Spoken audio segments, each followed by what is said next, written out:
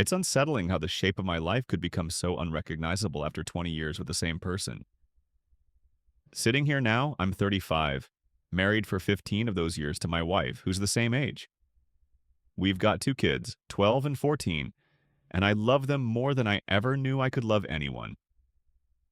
We've built a life together that should, by all accounts, be stable, secure, and even comfortable.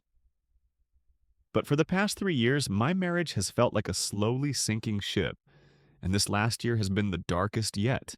I remember when we first got together at 14, two shy teenagers with big dreams and eyes only for each other. Back then, life felt limitless. We married at 20, had our first child not long after, and then another 2 years later. We poured ourselves into parenting. Soccer practices, band recitals, late-night homework sessions, and endless extracurriculars. We worked hard at our jobs to provide the best opportunities, driving all over town for tournaments and recitals, sacrificing our weekends and evenings. It's what good parents do, right? But somewhere along the way, we forgot to care for the marriage that formed the backbone of our family. For the past 3 years, our intimacy has dwindled. The times we find ourselves alone without the kids are so few, and when we do get those moments, we're so worn down that all we can do is stare blankly at the TV. We've tried talking about the lack of sex and connection, but the efforts never stick. This past year, it got so bad that we hardly spoke at all. We moved through the house like polite strangers, each focusing on the children, the chores, the calendar. We essentially became roommates and co-parents sharing the same roof. It was depressing, dark and heavy, like a cloud settled in our living room. We both considered divorce. The word hung silently between us, not always said out loud, but understood. A gloom set in that felt almost unbearable. Desperate and scared, we sought help. We started individual therapy and couples therapy. Gradually, we began speaking again, having deeper conversations about where our marriage went wrong and what we wanted it to be. For a fleeting moment, I thought we turned a corner. We were learning to communicate kindly, to be honest, to dream again. But then my wife confessed something that cut me deeper than I imagined possible. She said she was no longer in love with me. She loved me as a friend, a trusted companion, but not as a romantic partner. She said she'd felt this disconnect for years and that it explained her lack of desire for intimacy and sex. Hearing that was like having the ground vanish beneath my feet. I felt angry and depressed, haunted by the idea that the woman I adored and built a life with now saw me as nothing more than a friend. My mood soured again, and it seemed we were back to that dark, silent place. I tried asking her questions, searching for the root of her resentment, because she admitted to feeling resentful but didn't know why. "I don't know," she said over and over, which only made me more frustrated. How do you fix something when you don't know what's broken? We reached a point where she told me she had no sex drive and no desire for intimacy. All she wanted was companionship, which in this context meant maintaining our roommate co-parent dynamic, nothing more. I asked what made me so unappealing. Was it something I did, or how I looked, or how I spoke? She always answered, "I don't know." She insisted she loved me, but not the same way anymore. The marriage was too much work, too draining. She wanted to focus on the kids. She considered my financial contributions and my parenting role as meaningful, but that was it. It was as if I had been reduced to a supportive fixture in the household, necessary but unloved in the way I craved. I tried to accept it for a moment, but the thought of living like that long term filled me with dread. I felt like I was only there to keep the household running smoothly, a steady paycheck and a reliable second parent, while my emotional needs and longing for connection went unaddressed. My wife even said that the only way she could imagine being intimate was by getting intoxicated first. The idea repulsed me. Forcing sex through alcohol or substances just to tolerate physical closeness with me was heartbreaking and felt inherently wrong. I stood firm against that scenario. I wanted real intimacy, not something coerced by a hazy mind. That refusal upset her and made her even more distant. But I couldn't cave on that principle. We're a very honest couple. We've never cheated, share access to each other's phones and emails, and rarely even feel the need to check them. I asked her if there was someone else, and she said no. I believe her. We looked through each other's devices as a final reassurance, and everything was clean. There's no infidelity here. The problem is something else. Some internal shift in her feelings, a well of resentment we can't locate or name. I started to panic. Were we doomed?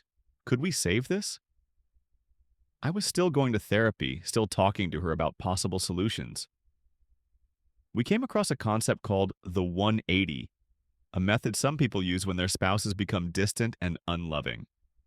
The idea is to focus on yourself, stop chasing your partner, and create an environment where your spouse might realize what they stand to lose if you withdraw your constant support. It's a last-ditch effort, one that feels somewhat manipulative, but I was desperate. I either had to try something different or accept a life of quiet misery. The next therapy session, I brought up these issues. We talked about our long history. We've been together since we were kids, married young, had children young.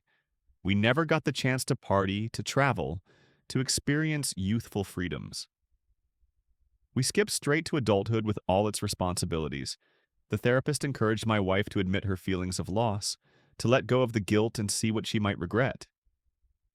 My wife finally acknowledged she felt frustrated at losing out on friendships, on time for herself. She clarified she didn't regret our children or wish she'd had other lovers, but she missed the chance to build a social circle and find her own identity outside of motherhood. It was progress of a sort. I started to understand that maybe she resented me because together we created a life that swallowed up our youth and freedom. She acknowledged she felt upset that I got her pregnant so young. She knew it was irrational since we both participated equally, but acknowledging it helped us understand a piece of that unidentified resentment.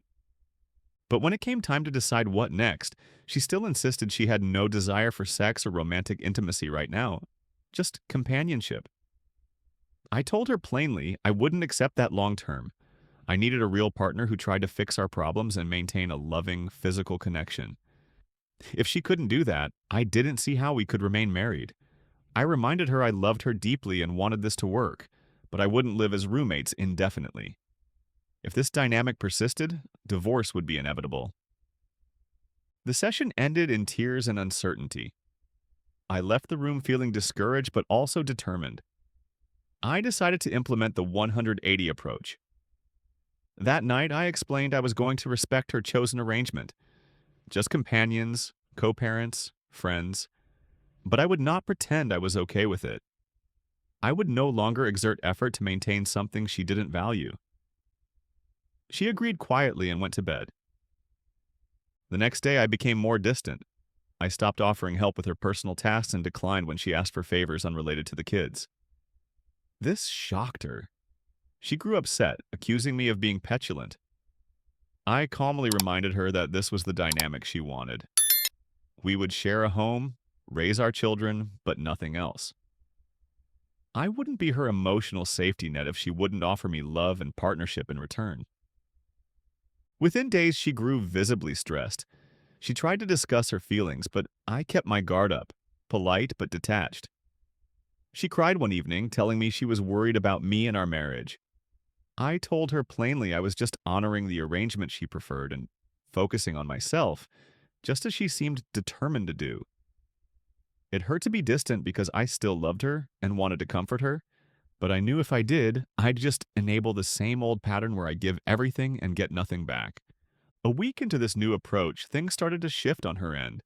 She realized that my financial support and emotional labor weren't guaranteed perks of this arrangement. I texted her a breakdown of bills, suggesting we split them 50-50 since we were just friends. She lost it, saying it was out of left field. I responded that friends split costs fairly. She fumed, but it opened her eyes to how much I provided and how much she took for granted. Though it was painful, the 180 method was producing results. She began trying to talk to me more frequently, to engage in more meaningful conversation. She seemed to realize that losing me as a devoted, loving partner was not something to take lightly. I saw her making time for herself, reaching out to old friends, showing glimmers of the young woman she was before we got married and had kids so young. Perhaps nurturing her own happiness might lead her back to me. But I remain cautious. I'm still heartbroken about the state of our marriage. I'm still unsure if she'll ever recover that in love feeling or if we'll rebuild our intimacy.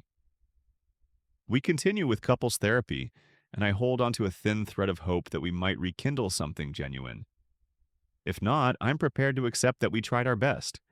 I refuse to live in a loveless, intimacy-deprived marriage. We both deserve better. For now, I watch her from a distance, grateful that at least she's reconsidering our relationship. And I remind myself that no matter what happens, I have done all I can to save what we had. If we find our way back to each other, it will be because we both made an effort. If not, I'll face the future knowing I stood up for my needs, my happiness, and refused to settle for less than what love should be.